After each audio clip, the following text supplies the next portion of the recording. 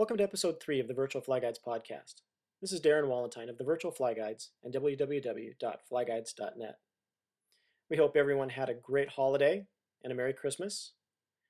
You know, it seems like with every New Year's, there's always excitement that begins to build when you start thinking about upcoming trips and the new fly fishing season. And if your goal is like our goal, we hope to fly fish a lot more in 2010. Now, before we get into this episode, I want to invite our subscribers to submit suggestions for future podcast episodes. You can do this by adding your suggestions to any of the comment links beneath any of our blog posts at www.flyguides.net, and we'll hopefully be able to create episodes you want to hear.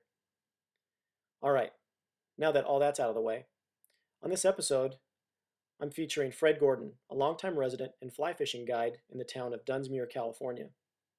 Fred guides his clients in places like the Upper Sacramento, McCloud, and Pitt Rivers. Pretty much anywhere around Redding, California is Fred's home water. A number of years ago, my brother Sean Wallentine, the other co-founder of the Virtual Fly Guides, attended a weekend fly fishing class taught by Fred. As a result, Sean's knowledge and skill in fly fishing skyrocketed with that single weekend. So, based on Sean's recommendation, we made one of our early annual trips a couple months later to the Upper Sac, and we hired Fred Gordon as our guide. Shortly after meeting for breakfast in a local Dunsmuir diner, we headed out to the river. Fred taught us things like, you need to wear drab-colored clothes. You need to blend into your background.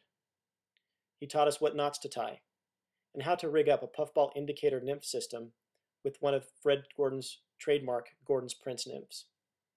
This fly was named for Fred and is sold in the fly shop in Redding, California. Ultimately, the day was a crash course in everything fly fishing and how to become a better fly fisherman.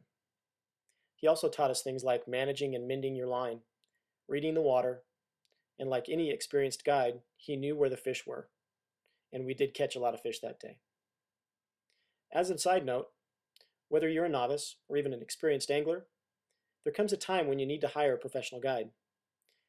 Just when you think you know everything there is to know about fly fishing, someone comes along to prove that you don't. Also, hiring a guide can give you the head start when you're fishing a location for the first time. Ultimately, we owe a large part of our fly fishing knowledge and success to the time we spent with Fred Gordon. So if your fly fishing travels take you to the Upper Sac and the Shasta area, we highly recommend Fred Gordon as your guide. You can find him on the web at www.fredgordon.net, or you can visit www.flyguides.net and look up the blog post that features Fred Gordon on January 8th, 2010. One more thing. When you visit Fred's site, you will see that he is also an accomplished artist. Look in the fine arts section of his website and you will see he is a talented ceramic artisan and that he uses fly fishing as his inspiration. And as for my inspiration, I have one of Fred's beautiful ceramic trout hanging above my desk to remind me I need to get out and fish more. And it was a gift from my brother Sean. Well, that's all we have for this episode.